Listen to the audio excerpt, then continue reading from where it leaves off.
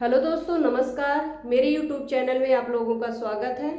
आप अभी जस्ट मैंने अंतर्राष्ट्रीय राजनीति जो है शुरू किए थे और मैंने बताया था कि अंतर्राष्ट्रीय एक हफ्ते हम पढ़ाएंगे, बट जो है हो सकता है 2024 का इलेक्शन है, तो हो सकता है एग्ज़ाम की डेट आ जाए, तो हम दोनों साथ लेके चलेंगे। शाम को हम जो है हमारा राज्य की उत्पत्ति का सिद्धांत जो चल रहा है उसका वीडियो आएगा और सुबह जो है हम अंतर्राष्ट्रीय राजनीति पढ़ाएंगे। और आप लोगों को बता दूं, जो मैं मोस्ट पॉइंट लिखा रही हूँ वह हमारा चलता रहेगा, क्योंकि अगर अचानक एग्ज़ाम की डेट आ जाएगी तो हम लोग सारी चीज़ें कवर नहीं कर पाएंगे। इसलिए मोस्ट इम्पॉर्टेंट पॉइंट देखते चल रहे हैं कि जिससे डेट आए तो जो चीज़ें बची रहें हम लोग उसको कवर कर लें। और अंतर्राष्ट्रीय राजनीति में भी यही होगा, जब हम दो तीन टॉपिक पढ़ा लेंगे अच्छी तरह से, हम लोगों के दिमाग में चीज़ें सेट हो जाएंगी, तो वहाँ भी हम जो है मोस्ट पॉइंट जो है आप लोगों को देंगे। तो चलिए वीडियो स्टार्ट करते हैं। देखते हैं राज्य की उत्पत्ति का सिद्धांत। हाँ, राज्य की उत्पत्ति के कुछ महत्वपूर्ण सिद्धांत हैं, उस पर हम लोग चर्चा करेंगे। राज्य की उत्पत्ति का जो महत्वपूर्ण सिद्धांत है, पहला कौन सा है? दैवीय उत्पत्ति का सिद्धांत। दूसरा कौन सा है? शक्ति सिद्धांत है। तीसरा कौन सा है? सामाजिक समझौते का सिद्धांत है। चौथा कौन सा है? ऐतिहासिक विकासवादी सिद्धांत है। आप लोगों को बता दूं, दैवीय सिद्धांत से कभी कभार एक दो क्वेश्चन पूछ लिए जाते हैं, नहीं तो जल्दी क्वेश्चन नहीं पूछा जाता है दैवीय सिद्धांत से।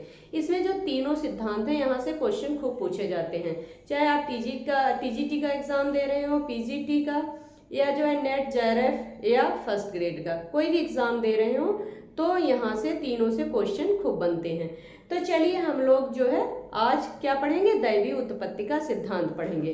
दैवीय उत्पत्ति का सिद्धांत, हाँ, दैवीय उत्पत्ति का जो सिद्धांत है यह सबसे प्राचीनतम सिद्धांत है। कभी कभार यहीं से क्वेश्चन इस वाक्य से ही बन जाएगा कि सबसे प्राचीन सिद्धांत कौन सा है। अक्सर पूछा भी जाता है कि सबसे प्राचीन सिद्धांत कौन सा है, तो कौन सा है? दैवीय उत्पत्ति का सिद्धांत जो है सबसे प्राचीन सिद्धांत है। आइए हम लोग थोड़ा इसको समझ लेते हैं। दैवीय उत्पत्ति का सिद्धांत क्या है? दैवीय उत्पत्ति सिद्धांत में एक कल्पना मात्र है, कल्पना की गई है कि जो है जनता में क्या हुआ? अराजकता फैली हुई थी। क्या थी? समाज में अराजकता फैली हुई थी, जो है अराजकता क्या फैली हुई थी? अराजकता फैली हुई थी। अराजकता फैली हुई थी। जब समाज में अराजकता फैली हुई थी तो लोग क्या किए? ईश्वर के पास गए। किसके पास गए? ईश्वर के पास गए। ईश्वर ने उन्हें राजा क्या किया? राजा को नियुक्त किया। किसके रूप में? अपने प्रतिनिधि के रूप में। ईश्वर ने अपने प्रतिनिधि के रूप में राजा की नियुक्ति की। किसकी नियुक्ति की? राजा की नियुक्ति की। अब राजा जो है वह किसके प्रति जवाबदेह होगा? सिर्फ ईश्वर के प्रति जवाबदेह होगा। सिर्फ ईश्वर के प्रति जवाबदेह होगा, वह जो है जनता के प्रति जवाबदेह नहीं होगा। चाहे ईश्वर निरंकुश हो, चाहे चाहे राजा, जो ईश्वर ने राजा को जो नियुक्त किया है, सिर्फ राजा जो है किसके प्रति जवाबदेह होगा? ईश्वर के प्रति। राजा कभी जनता के प्रति जो है जवाबदेह नहीं होगा। राजा चाहे निरंकुश हो, राजा चाहे पतित हो, राजा चाहे पापी हो, राजा चाहे घटिया से घटिया काम कर रहा हो, तो वह जनता के प्रति जो है जनता के प्रति जवाबदेह नहीं होगा। मतलब राजा जो चीजें बोलेगा, राजा जो मतलब उसने जो बोल दिया वही जनता को करना है। जनता उसके विरुद्ध कुछ नहीं कर सकती है। किसने कहा? दैवीय उत्पत्ति का सिद्धांत कहता है। आगे आइए हम लोग पढ़ते हैं। आप लोग शायद समझ गए होंगे। सबसे प्राचीनतम सिद्धांत है पहला पॉइंट। यहाँ से क्वेश्चन पूछा जाता है कि सबसे प्राचीन सिद्धांत कौन है, तो सबसे प्राचीन सिद्धांत दैवीय उत्पत्ति का सिद्धांत है। मोस्ट इंपॉर्टेंट यह पॉइंट है। दूसरा देखते हैं, राज्य एक दैवी कृत्य है। मतलब राज्य एक दैवी कृत्य है, मतलब ईश्वर द्वारा निर्मित है। आप लोग समझ गए होंगे। राजा ईश्वर का प्रतिनिधि है। राजा क्या है? ईश्वर का प्रतिनिधि है। मतलब ईश्वर ने राजा को धरती पर भेजा है अपने प्रतिनिधि के रूप में। समझ गए आप लोग? राजा मात्र ईश्वर के प्रति उत्तरदायी है। राजा मात्र ईश्वर के प्रति उत्तरदायी है।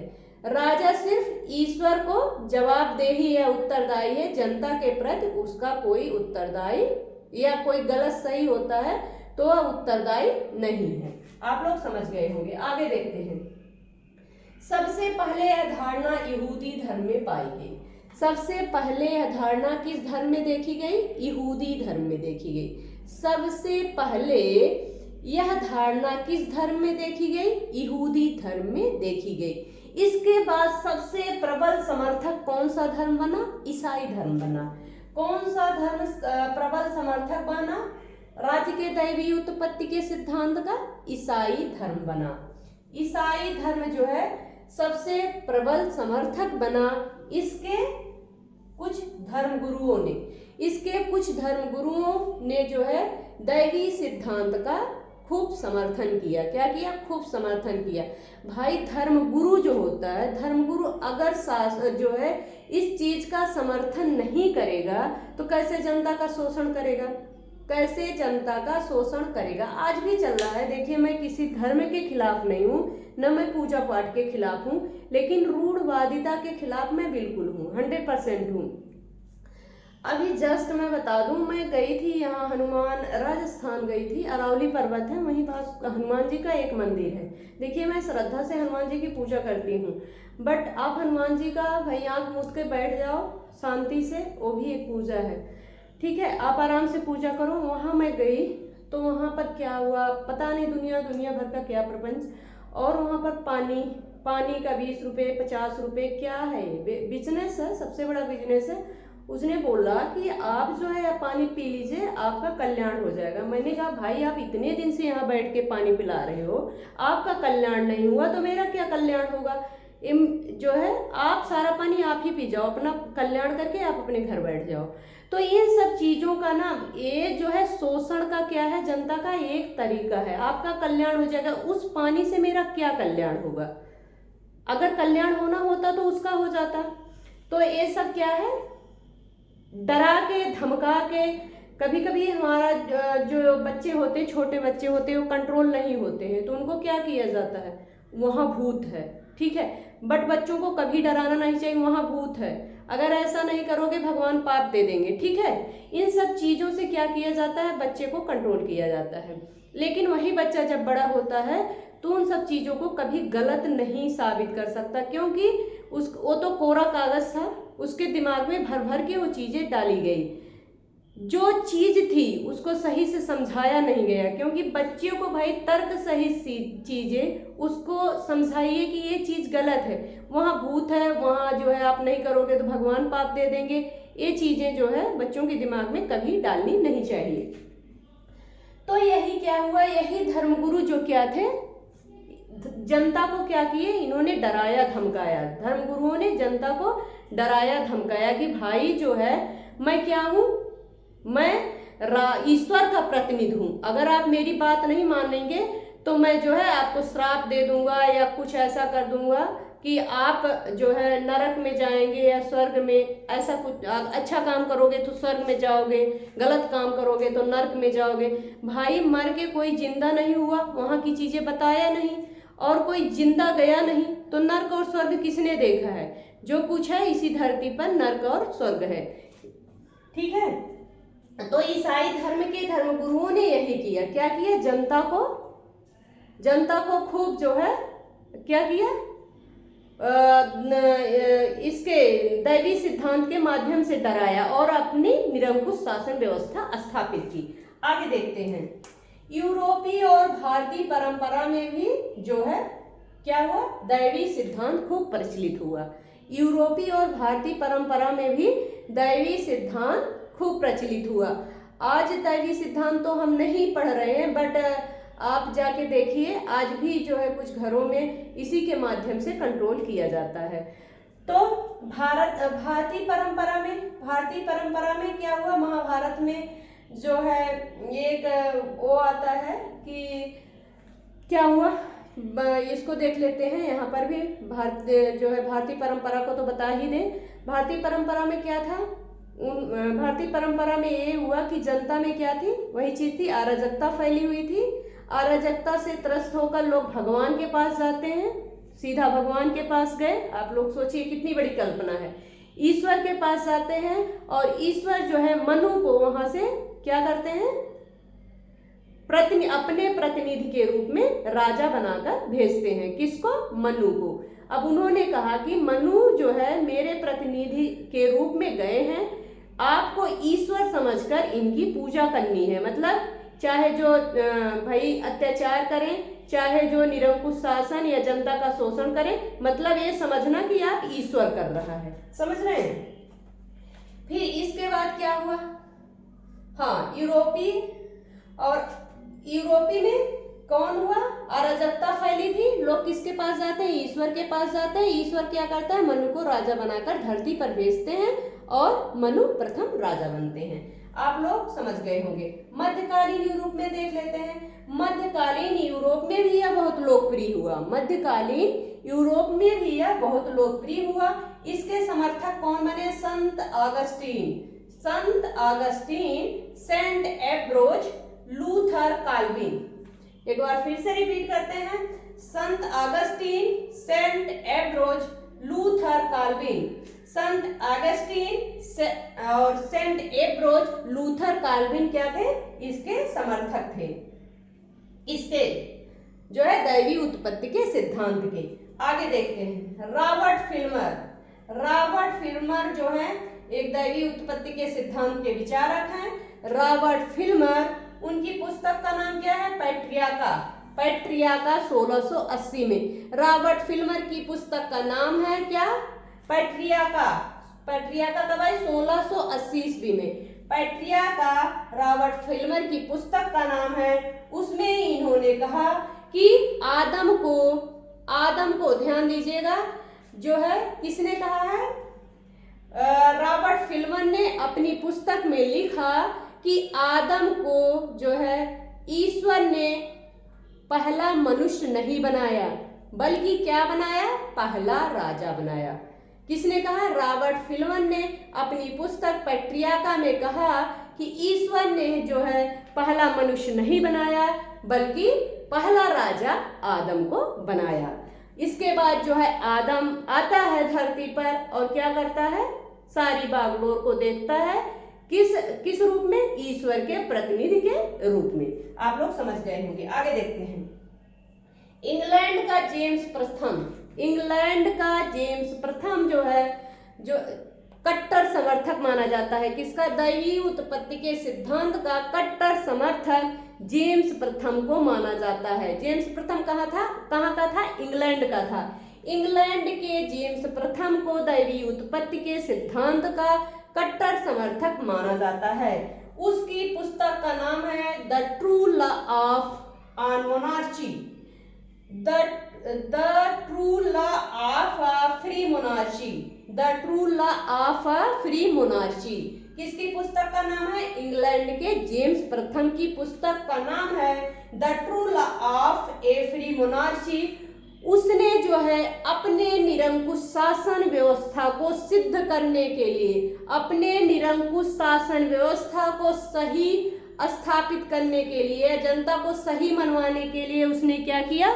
दैवी उत्पत्ति के सिद्धांत का समर्थन किया कि ईश्वर जो है राजा का प्रतिनिधि है। अगर आप जो है राजा की बात नहीं मानेंगे तो ईश्वर जो है पाप दे देगा, आप जो है इसके भुक्त भोगी होंगे, आपको रोग हो जाएगा, आपको ये हो जाएगा, आपको वो हो जाएगा। तो ठीक है, उचित ठहराने राजा, उसने कहा राजा चाहे दुष्ट हो, राजा चाहे दुष्ट हो या पतित हो, राजा चाहे दुष्ट हो या पतित हो, प्रजा को उसका विरोध नहीं करना चाहिए या विरोध करने का अधिकार नहीं है।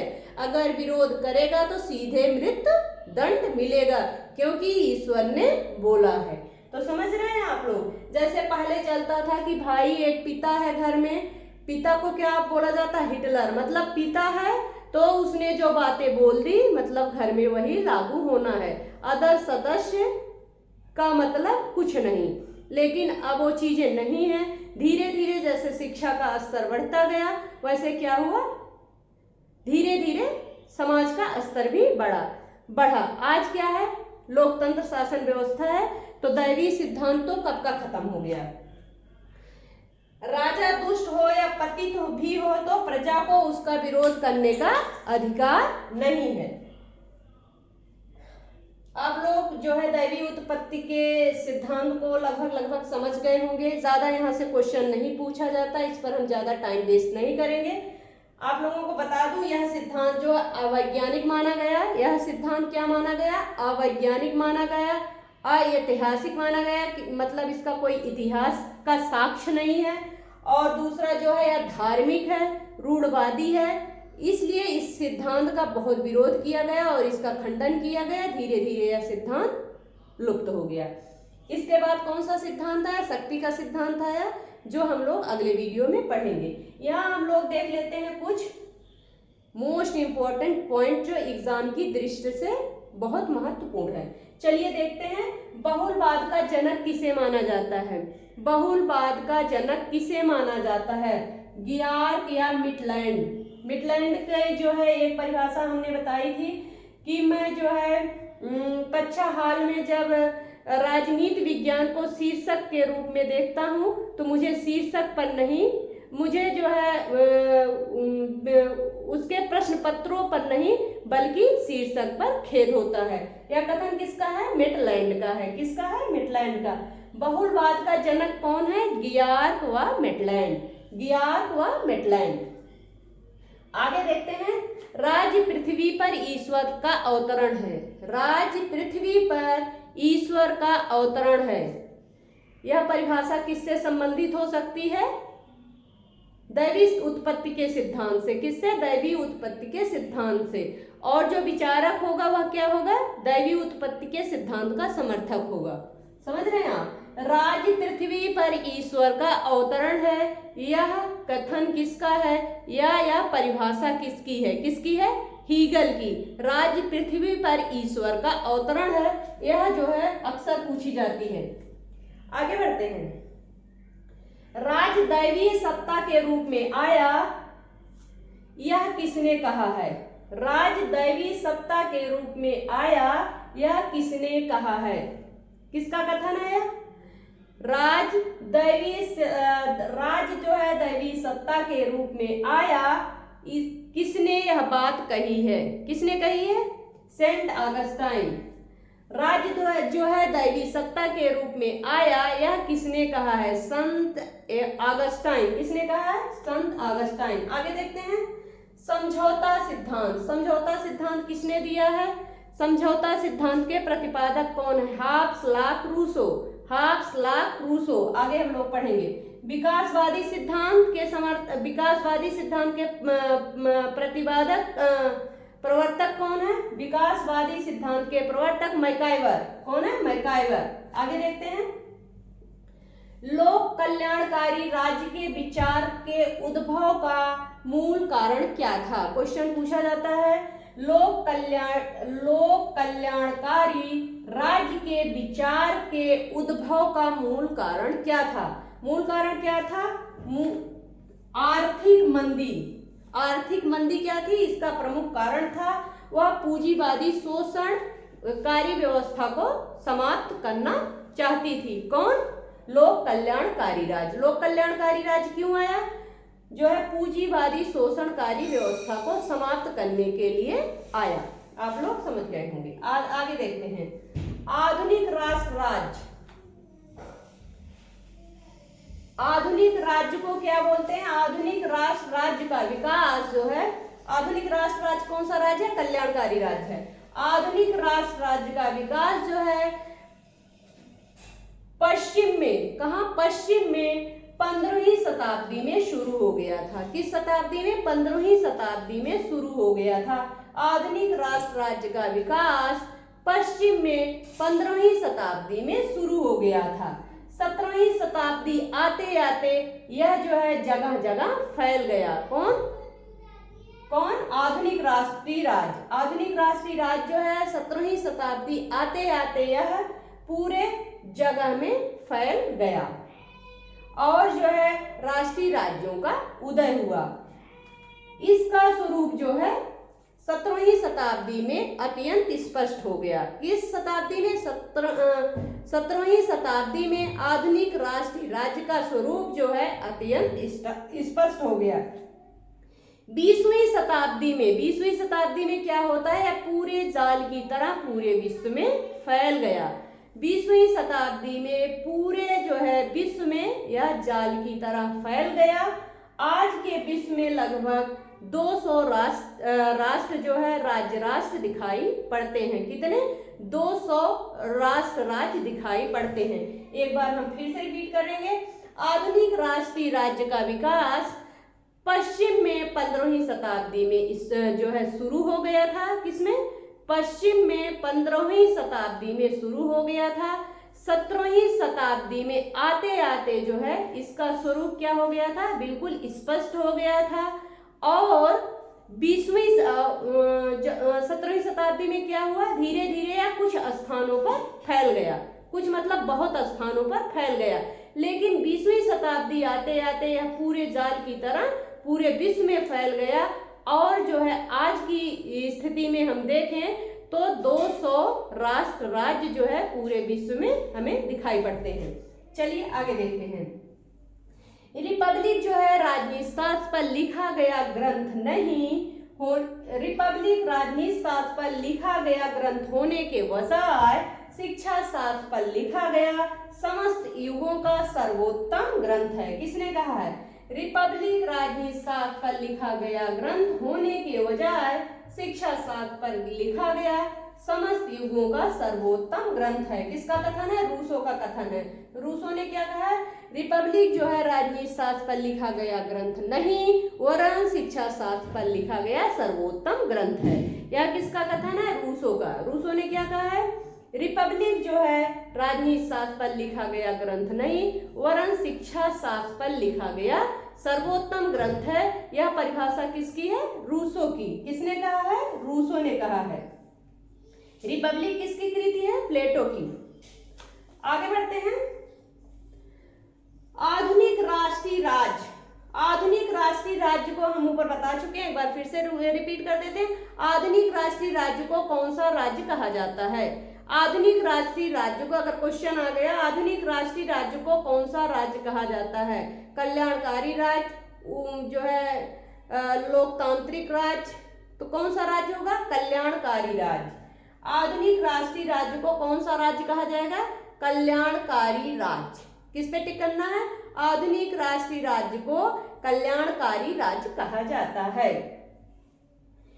इस राज्य में क्या है? नागरिकों को जो है आर्थिक, सामाजिक, राजनीतिक, सांस्कृतिक सभी पक्षों की उन्नति की जाती है। किसके द्वारा? राज्य के द्वारा। कौन कौन से?